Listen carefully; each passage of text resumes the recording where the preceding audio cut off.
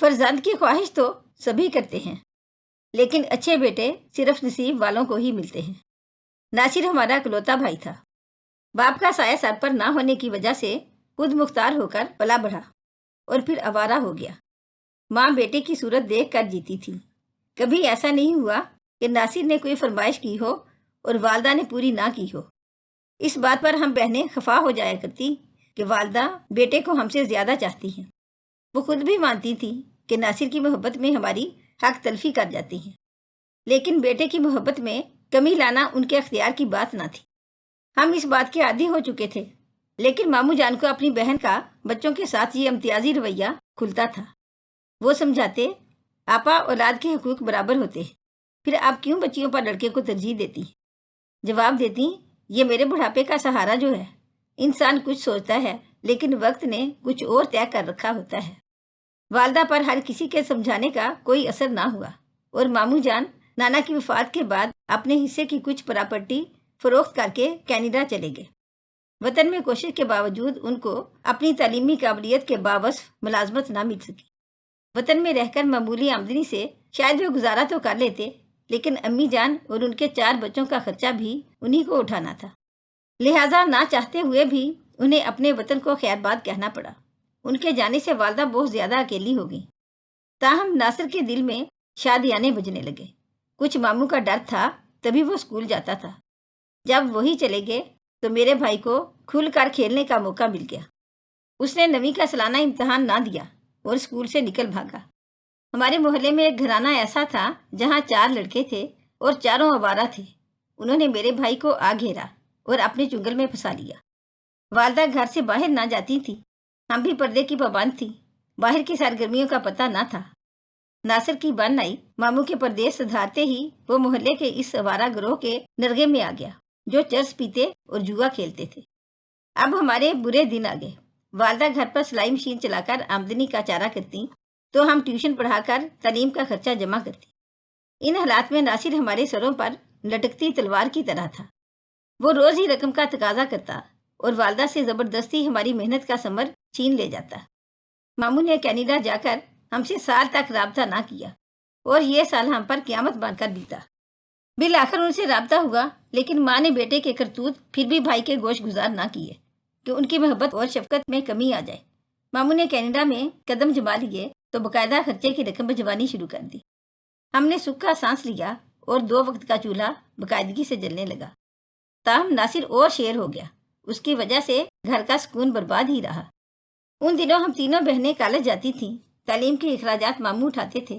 ہمیں اس امر کا شدت سے احساس تھا کہ والدہ ماموں کی محتاج ہیں، جبکہ ہم لڑکیاں ان کے کندھوں کا بوجھ ہیں۔ والدہ اپنے بھائی پر تا عمر بوجھ نہ رہنا چاہتی تھیں، مگر مجبور تھیں۔ کسی کو میکے کا آسرا ہوتا ہے، کسی کو سسرال کا۔ امی کے پاس یہ دونوں سہارے نہیں تھے۔ امی کے سسرال والے میرے والد کے اس جہاں سے رخصت ہوتے ہی کنارہ کش ہو گئے اور امی کے میکے والے سب انڈیا میں رہ گئے تھے۔ ایک ماموں ہی تھے جن کا انہیں آسرا تھا۔ جب ماموں کا فون آ جاتا ان کی خوشی دیدنی ہوتی، وہ تمام دن خوش نظر آتی، ورنہ زیادہ تر افسردہ رہا کرتی تھی۔ دراصل ناصر کی بے راہ روی ان کو مارے ڈالتی تھی۔ وہ راتوں کو غائب رہتا، ماں اس کے غم میں گیلی لکڑی کی طرح سلگتی رہتی۔ بیٹے پر کنٹرول ان کے بس کی بات نہ تھی۔ وہ جوں جوں بڑا ہو رہا تھا، اس کی طرف سے ملنے والے دکھ بھی پھیلتے جا رہے تھے۔ وہ اس دکھ سے بن جل کی مچھلی کی طرح تڑپتی تھی۔ میں اور منجری بہن محلے کے بچوں کو ٹیوشن پڑھاتی۔ کچھ بچے شام کو گھر آ جاتے اور کچھ کو ان کے گھر جا کر پڑھانا ہوتا۔ یہ سب ہمارے پرانے پڑوسی تھے اور حالات سے واقف تھے، تبھی ہم سے حسن سلوک رکھتے اور اپنی بیٹیوں جیسا جانتے۔ کبھی کبھی ہمارے شاگردوں کی مائیں بے حد افسوس کرتی کہ کاش تمہارے والد زندہ ہوتے یا پھر بھائی ہی کسی کام کا ہوتا تو تمہیں در در چند روپوں کی خاطر نہ جھانکنا پڑتا۔ لوگوں کی باتیں سن کر دل پر گہرا اثر ہوتا اور ہم بہنیں آپس میں عہد کرتی کہ تعلیم حاصل کر کے ضرور کچھ بنے گی، تاکہ والدہ کو ماموں کی محتاجی سے نجات مل جائے اور وہ سکون سے جی سکے۔ بے شک ہمارے ماموں بہت اچھے انسان تھے، لیکن ہر انسان کی اپنی بھی زندگی ہوتی ہے، اسے اپنی خوشیاں حاصل کرنے کا حق ہوتا ہے۔ جبکہ ہمارے ماموں نے تو ہماری خاطر ابھی تک شادی بھی نہیں کی تھی۔ ناصر سے وابستہ امی جان کی تمام امیدیں وقت کے ساتھ ساتھ خاک میں ملتی جاتی تھی۔ سب چاہتے تھے کہ ماں اور بہنوں کا احساس کرے اور سدھر جائے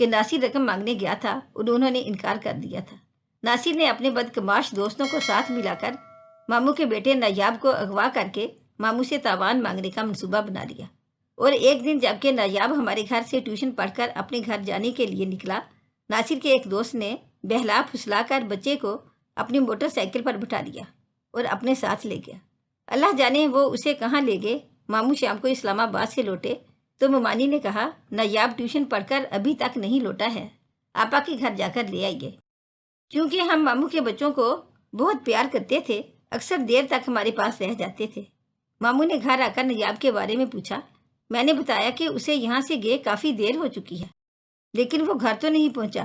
ماموں کا گھر زیادہ دور نہ تھا، سامنے والی لین میں تھا، بس چند قدم کا فاصلہ تھا۔ ان کے بچے اپنے گیٹ سے دوڑ کر ہمارے گھر آ جاتے تھے۔ ہمارے گھر کے آگے ڈیوڑی تھی اور دروازہ کھلا رہتا تھا۔ نایاب کے بارے میں سن کر ہم بھی متفکر ہو گئے۔ سامنے میدان تھا جہاں محلے کے بچے اکثر کھیلتے تھے، کہیں میدان میں نہ چلا گیا ہو، امی نے کہا۔